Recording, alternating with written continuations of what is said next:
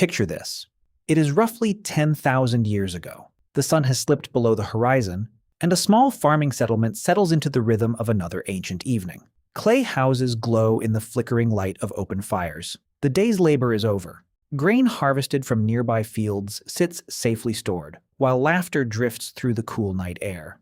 Someone beats a steady rhythm on a hollow piece of wood. Children chase one another between the fires. Stories grow more dramatic with every retelling, and a fermented grain drink passes from hand to hand, making every joke just a little funnier than the last. Just beyond the circle of warm orange light, where the darkness begins to swallow the landscape, another guest has arrived. It makes no sound. Two yellow eyes remain fixed on the gathering. Their owner is small, lean, and perfectly still. A North African wildcat. Every instinct tells the solitary hunter to avoid large groups of unpredictable primates. Yet, night after night, it returns to the edge of the settlement, lingering just beyond the reach of the firelight. It is one of the strangest encounters in human history because neither side is looking for friendship. The humans have no plans to tame this animal, and the wildcat has absolutely no interest in becoming anyone's pet. So how did one of nature's most fiercely independent predators become the companion that now curls up on millions of sofas, sleeps at the foot of our beds, and somehow convinces us that opening a door is our responsibility rather than theirs? The answer isn't a story of deliberate domestication at all. It's a story of coincidence, evolution, and an ancient partnership that unfolded so quietly that neither species realized history was being made. And it all began with a pair of watchful eyes, waiting patiently in the darkness.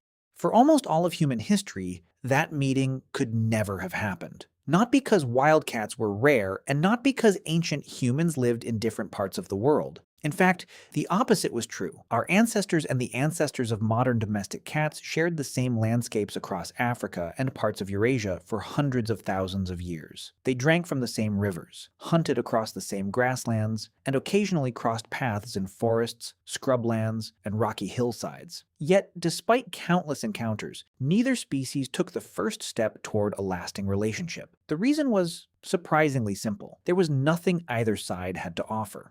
At the time, humans were mobile hunter-gatherers. Rather than building permanent villages, they followed migrating animals, seasonal plants, and changing weather. Camps appeared for a few days or weeks before disappearing again, as families packed up and continued across the landscape. Everything they owned had to be carried. Every meal was eaten quickly or shared among the group. There was little reason, and often no ability, to accumulate food in one place. For a wildcat, these moving camps were unremarkable. Wildcats are solitary ambush predators, perfectly adapted for hunting rodents, birds, and other small prey hidden in dense vegetation. They rely on patience, stealth, and familiar hunting grounds where they know every rock, bush, and escape route. A camp that vanished after a short stay offered no consistent advantage. Once the humans moved on, so did any opportunity they might have created. Humans, meanwhile, had little reason to notice the cats beyond the occasional glimpse of a striped hunter disappearing into the undergrowth. Wildcats did not travel in groups, defend people from predators,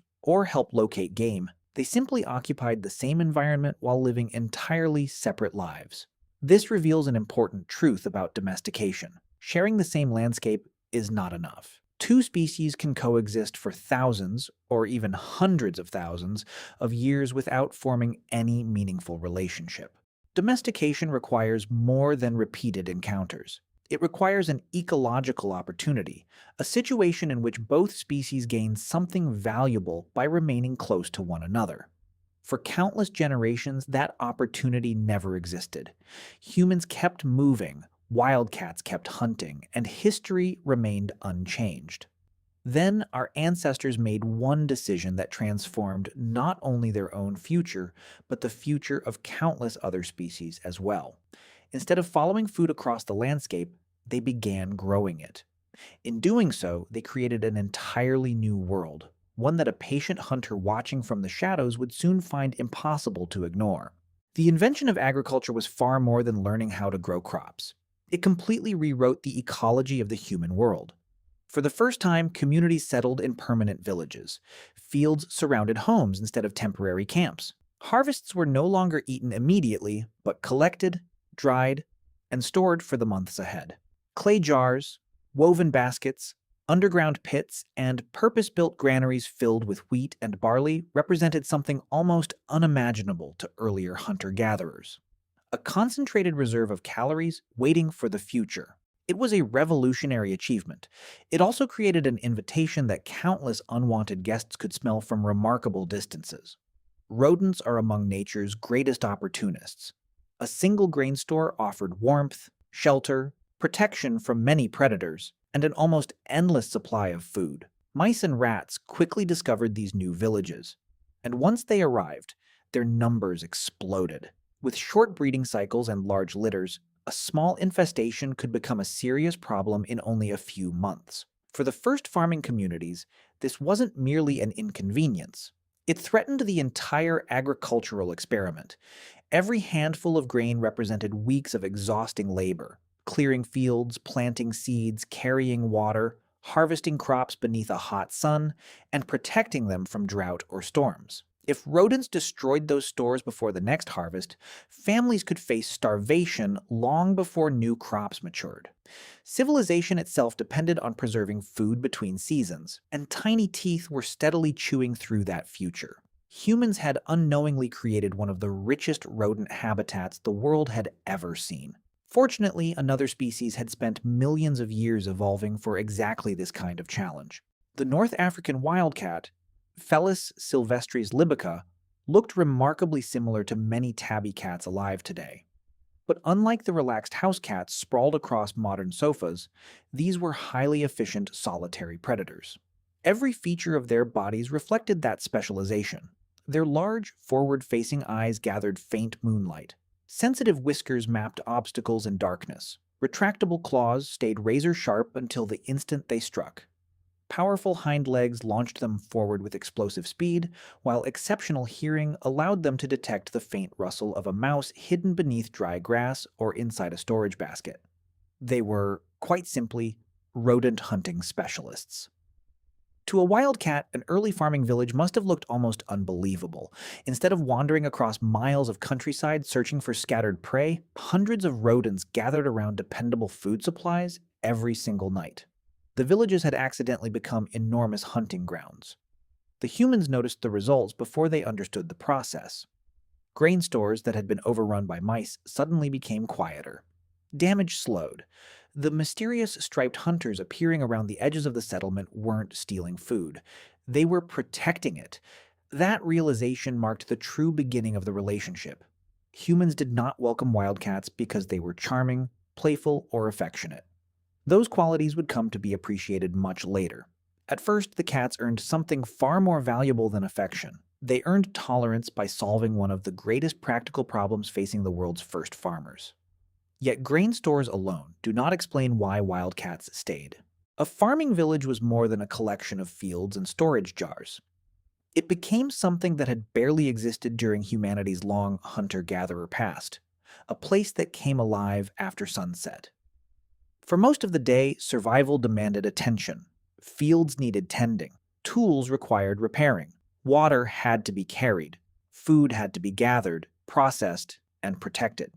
But as darkness settled over the landscape, priorities shifted.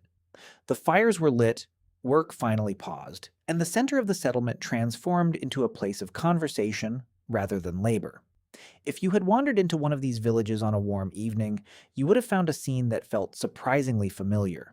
Families gathered around crackling fires. Elders retold stories that blended memory with myth. Children laughed as they chased one another through the flickering light.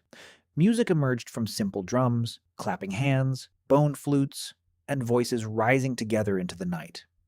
The day's worries gave way to shared meals, celebrations, and the simple pleasure of being together after hours of exhausting work. Anthropologists studying modern hunter-gatherer societies have found that nighttime conversations differ dramatically from those held during the day. Practical discussions about food, work, and conflict give way to storytelling, humor, music, ritual, and imagination. Around the fire, people become historians, teachers, entertainers, and dreamers. Although the world's first farmers lived differently from earlier hunter-gatherers, they almost certainly inherited this deeply human rhythm of daytime survival followed by nighttime community.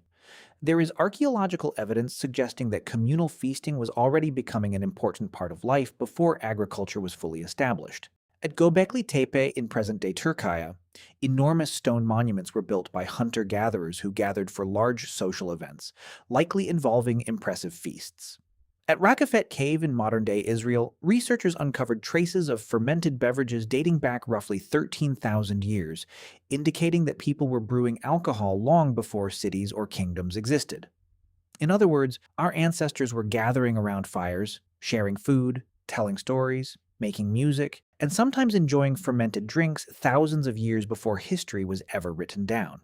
None of this was intended to attract wildcats, yet together these ordinary human behaviors quietly transformed the edge of every settlement into one of the safest hunting grounds in the ancient world. The fires pushed back the darkness, making large predators less willing to approach. Dozens of humans remained awake late into the evening, creating constant movement and noise that discouraged wolves, hyenas, and other animals capable of threatening a small cat. The scent of stored grain drifted through the settlement, drawing rodents from the surrounding fields. Insects gathered around the light. Small animals followed the insects. Mice darted between storage jars and woven baskets with remarkable confidence. From the perspective of a North African wildcat, this was an extraordinary opportunity. Imagine approaching cautiously from the darkness. You hear human voices, but they are not directed at you. You smell smoke, cooked food, and grain. Rodents scurry through the shadows just beyond the firelight. Larger predators avoid the bustling village, while your preferred prey practically advertises its location every night. There is danger here, certainly, but there is also reward unlike anything the wild has to offer. So the cat waits, not beside the fire, not among the people, just beyond the glow, where caution and opportunity overlap.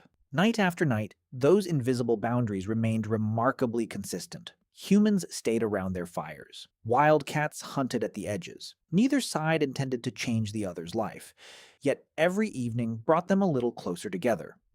Long before trust existed, the firelight became a meeting place where two very different species unknowingly began writing the next chapter of each other's evolutionary story. And that is where this story takes an unexpected turn. Most people imagine domestication as something humans actively did. We captured wild animals, chose the friendliest individuals, bred them generation after generation, and gradually transformed wolves into dogs or wild cattle into livestock. It is an image of deliberate planning, with humans firmly in control of the process. That description fits many domesticated animals. It does not fit cats. In the earliest farming villages, nobody was building cat enclosures or deciding which individuals should produce the next generation. There were no breeding programs, no attempts to make cats larger, stronger, or more obedient. In fact, the first farmers probably didn't think of themselves as owning these animals at all. Instead, something much subtler was happening. Biologists describe the earliest stage of this relationship as commensalism. In ecology, commensalism occurs when one species benefits from another without causing significant harm or providing direct care in return. The grain stores supported rodents. The rodents attracted wildcats. The wildcats reduced the rodent population. Humans benefited from fewer pests, while the cats benefited from an endless hunting ground. Neither species depended on the other, but both found the arrangement worthwhile enough to continue. The remarkable part is what happened over hundreds of generations.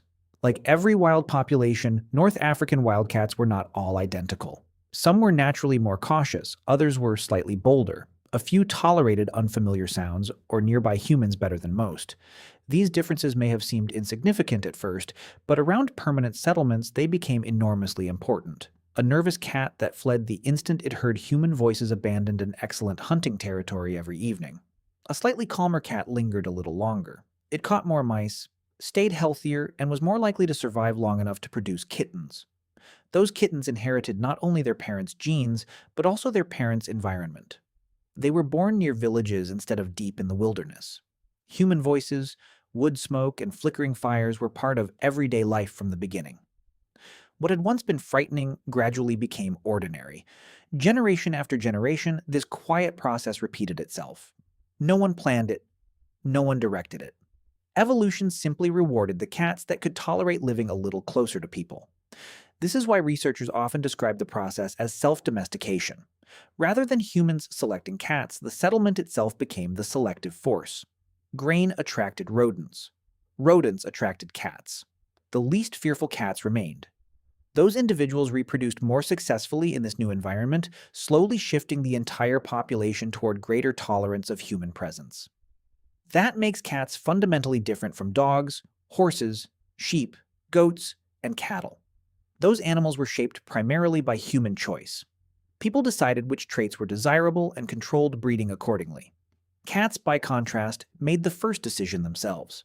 They walked toward our villages because doing so improved their chances of survival. Humans simply chose not to chase them away. One species built the perfect habitat. The other quietly moved in. Over thousands of years, natural selection accomplished what no deliberate breeding program ever set out to do, transforming a wary wild predator into an animal that could live alongside people while never completely surrendering its independence. As the centuries passed, something even more important began to happen. Unlike adult wildcats, kittens born near settlements had never known a world without people. Their earliest memories were filled with human voices, wood smoke drifting through the air, and the constant sounds of village life. Instead of growing up deep in the wilderness, they opened their eyes in an environment where humans were simply another part of the landscape. That early experience mattered enormously. Many animals go through a sensitive developmental period, during which they learn what is normal and what should be feared. Modern researchers call this process imprinting or early socialization. Young animals exposed to harmless sights, sounds, and companions during this window often carry those associations into adulthood. At the same time, there was another group in the settlement that viewed these curious little hunters very differently from the adults: the children. Children have always been fascinated by young animals. A cautious kitten creeping around a grain store was not seen as a pest controller or an ecological partner. It was something to watch, follow, feed, and, whenever it would allow, gently pick up. Unlike adults focused on survival, children had both the curiosity and the patience to spend time with these settlement-born cats. Not every kitten accepted the attention. Many remained wary, slipping back into the shadows at the first sudden movement. But the individuals that tolerated human contact gained an unexpected advantage. They received scraps of food, shelter from harsh weather, and a level of protection that wildcats rarely experienced. Without anyone intending it, usefulness slowly became familiarity. Familiarity became trust, and somewhere between playful children, curious kittens, and countless quiet evenings around the edge of the fire, the striped hunter that had once merely shared humanity's food supply began to share something far more remarkable: its company. The clearest evidence that this partnership had become something more than simple cooperation comes from a quiet archaeological discovery made far from the African mainland. On the Mediterranean island of Cyprus, archaeologists uncovered a burial dating to approximately 9,500 years ago. Inside the grave lay a human carefully interred alongside a cat. The two bodies had been placed close together with obvious intention, suggesting this was not an accident or the remains of an animal that happened to wander into the burial site long afterward. What makes the discovery so extraordinary is where it was found. Cyprus had no native population of North African wildcats. The cat could not have reached the island by itself. Someone had deliberately carried it across open water, a journey that required planning, effort, and valuable space aboard a prehistoric boat. Think about what that implies. These early farmers were transporting seeds, tools, food, and everything their new settlement needed to survive. Every item had to justify its place, yet among those essentials, someone chose to bring a cat. Not because it was livestock, not because it provided meat or milk, because it mattered. By the time this individual was buried, the relationship had clearly evolved beyond pest control. This was no longer just a wild hunter visiting the edge of a village in search of mice. It was an animal important enough to travel with people, live among them, and ultimately accompany one of them into the grave. That burial captures a moment no written record ever could. Somewhere during the thousands of years between the first cautious wildcats approaching ancient grain stores and this carefully prepared grave, tolerance had become companionship. The practical alliance that began with mice had quietly grown into one of the oldest emotional bonds between humans and another animal, a bond recognizable to anyone who has ever looked down to find a cat choosing to sit beside them. Yet, even after thousands of years living beside us, cats never changed in the way other domesticated animals did. Compare a modern house cat to its ancestor, the North African wildcat, and the resemblance is striking. Their skeletons are nearly identical. Their bodies are built for the same purpose. They still stalk silently, pounce with astonishing precision, defend territories, and instinctively hunt anything small enough to trigger their prey drive. In evolutionary terms, very little has been rewritten. What changed most wasn't the cat's body, it was its willingness to live alongside ours. Perhaps the best example is the familiar meow. Adult wildcats rarely meow to one another. Instead, they communicate through scent, posture, and vocalizations such as growls or hisses. Domestic cats, however, have learned that humans respond to meows remarkably well. In a sense, they developed a language designed specifically for us. Even so, they never became truly dependent. A domestic dog abandoned in the wild often struggles because thousands of years of selective breeding have shaped it around human partnership. A cat faces a very different future. Given the opportunity, it can still hunt, establish territory, raise kittens, and survive with remarkable success. That is the final twist in this extraordinary story.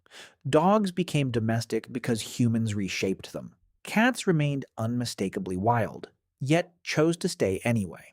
Perhaps that is why living with a cat has always felt less like ownership and more like an agreement, one that began beside an ancient fire and has endured because, for both species, it continues to be worth keeping. In the end, one of history's longest partnerships was never part of anyone's plan. Grain attracted mice. Mice attracted wildcats. Campfires created safe places to linger, and evolution quietly rewarded those willing to stay.